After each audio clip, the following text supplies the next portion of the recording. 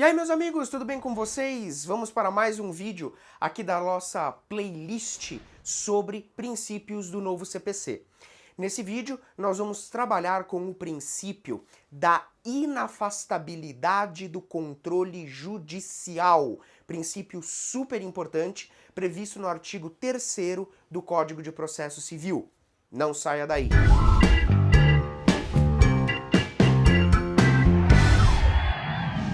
Olha só, galera, esse princípio da inafastabilidade do controle judicial, ele vem previsto no artigo 3º do novo CPC. Acontece que o novo Código de Processo Civil, quando ele resolveu tratar aí nos primeiros artigos dos princípios gerais do processo civil, o novo CPC praticamente fez um copia e cola da nossa Constituição Federal.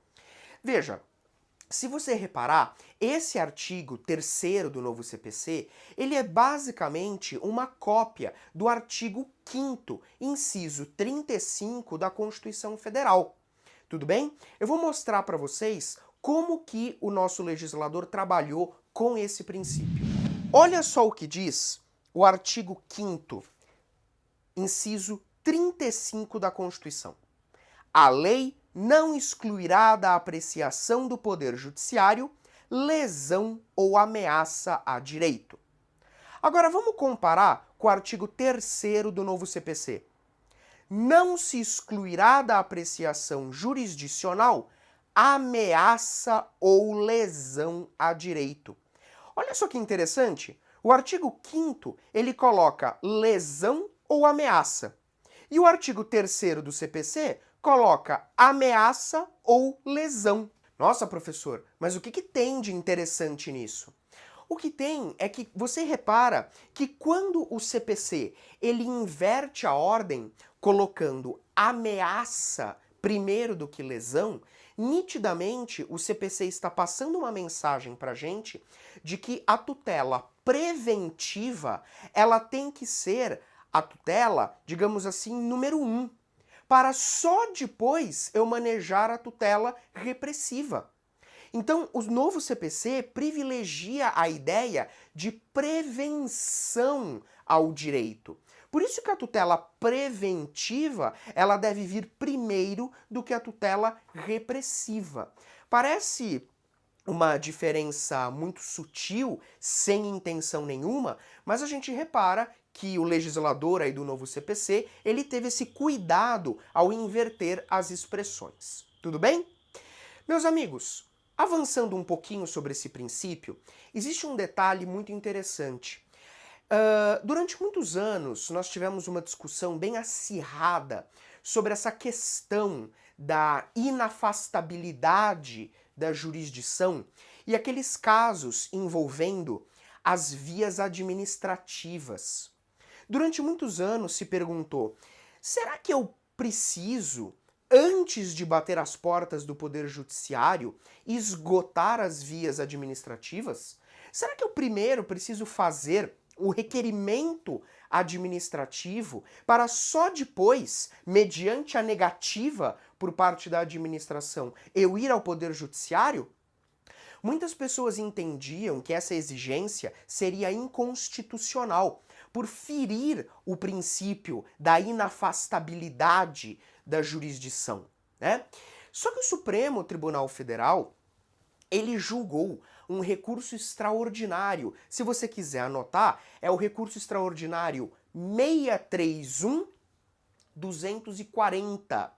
Esse recurso extraordinário, ele ficou muito importante na nossa jurisprudência, porque nele o Supremo decidiu que naqueles casos envolvendo a concessão de benefícios previdenciários, o beneficiário, ele primeiro precisa pleitear o benefício administrativamente perante o INSS, para só depois ele ingressar com uma ação judicial.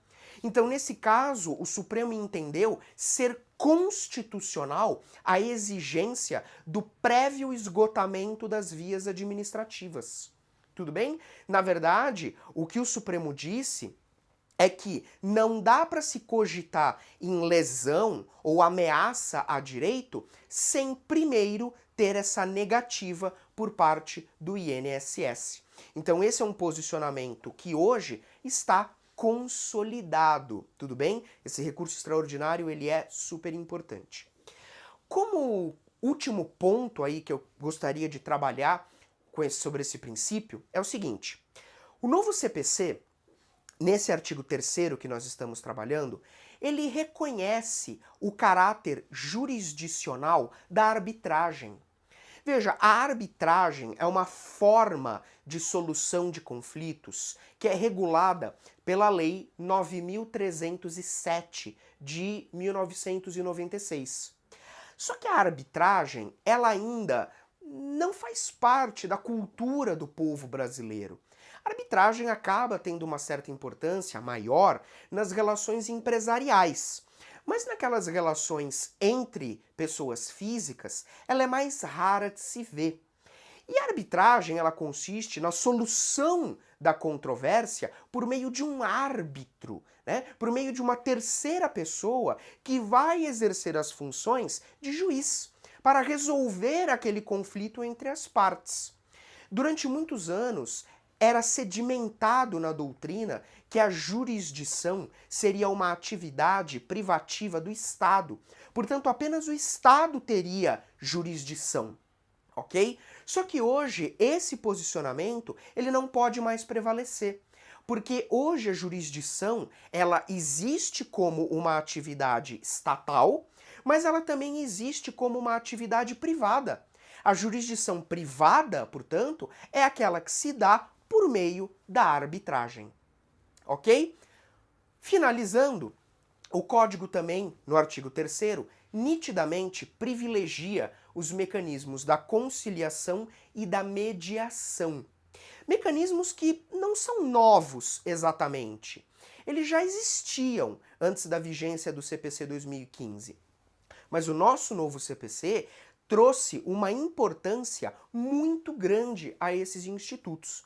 Tanto é que no procedimento comum, o réu deverá ser citado, via de regra, para participar da audiência de tentativa de mediação e conciliação.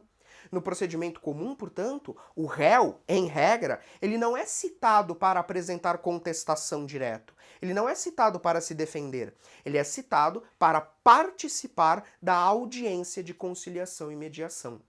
A grosso modo, a conciliação é utilizada quando não existe uma relação prévia entre as partes. Ou seja, a conciliação é utilizada, o conciliador vai atuar quando entre aquelas partes não havia uma relação prévia. O que acontece, por exemplo, nas causas envolvendo acidente de trânsito.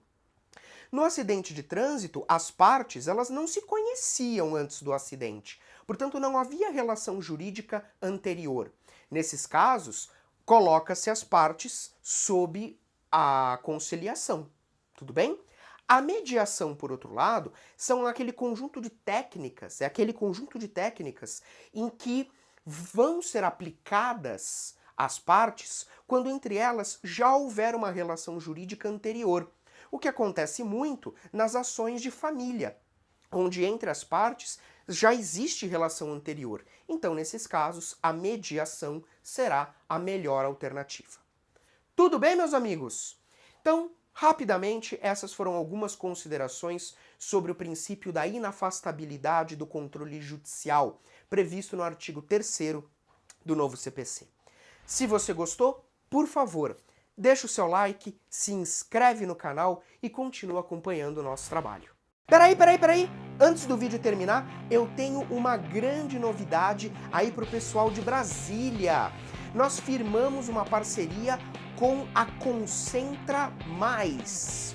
A Concentra Mais, na verdade, consiste numa empresa aí destinada para te ajudar a estudar para o concurso público. A Concentra Mais, ela tem diversas cabines de estudo com uma ótima infraestrutura, uma localidade excelente, tudo para contribuir para você na sua preparação para o concurso público.